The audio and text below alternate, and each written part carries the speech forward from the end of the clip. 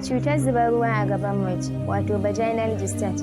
Zubar ruwa ko discharge a yaren bature ga mata ba sabon abu bane.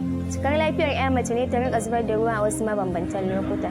Sai dai ya kamata mu kula da kyau tare da sa ido akan wane irin ruwa kike zubarwa, ya kalar ruwan yake, yaushe muke zubar da ruwan. Na yi wannan bayani ne domin akwai zubar ruwa na lafiya da na cuta. Ta hanyar kiyaye ababen da zan lissafa ne kaɗai za mu iya gane zubar ruwa na lafiya da na cutar.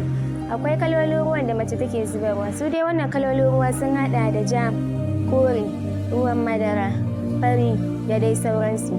Yakan zo da kauri ko ruwa musamman bayan gama al'ada, lokacin da muke kira ovulation day, lokacin da mace take dasa kwan haihuwarta ko bayan ta gama shayarwa.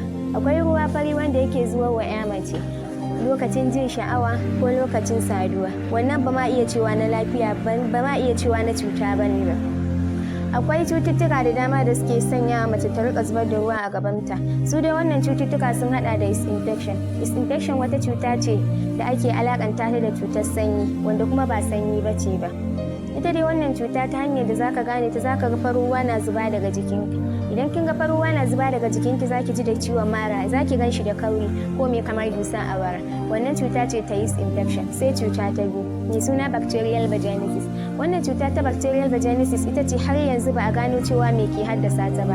Sai dai alama wata wannan cutar zaki ga farin ruwa na zuba a gabanki. Zaki gan shi fari ne da kauri, zaki ji yana karnin kwai ko karnin kifi. Sai cuta ta uku. Cuta ta uku ita ce ake lakabi da cutar sexual transmitted diseases. Ita ce mai suna trichomoniasis. Ita wannan cuta ta trichomoniasis cuta ce da ake daukar ta lokacin saduwa idan aka sadu da wannan mai irin cuta. Ita dai wannan cuta ta trichomoniasis alamarta ya hada da zaki ga jan ruwa a gabanki ko ruwan ɗorawa ko kore da dai sauransu. Hanyoyin da zaki bi wajen kare kanki daga kamuwa daga irin waɗannan cututtukan ta hanyar rage shafa Dettol ko sa turare ko cuta-shan magungunan mata da mata suke yi. Yakan kashe sojojin da ke kare gaban mace ta hanyar ɗaukar cututtuka. Idan ya kashe wannan sojoji shine ake samun wannan cuta ta shiga jikin mace har ta yawas a jikinta.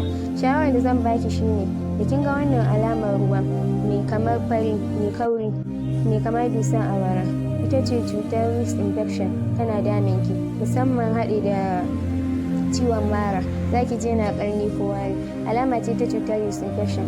Sai ji alamar cuta ta biyu da zaki gani, zaki ga ruwa yana zuba a gabanki mai kauri fari, zaki ji shi yana karnin kwai ko kuma karnin kifi, alama ce ta bacterial vaginosis. Ba zama zaki ba, zuwa zaki ki ga gynec doctor.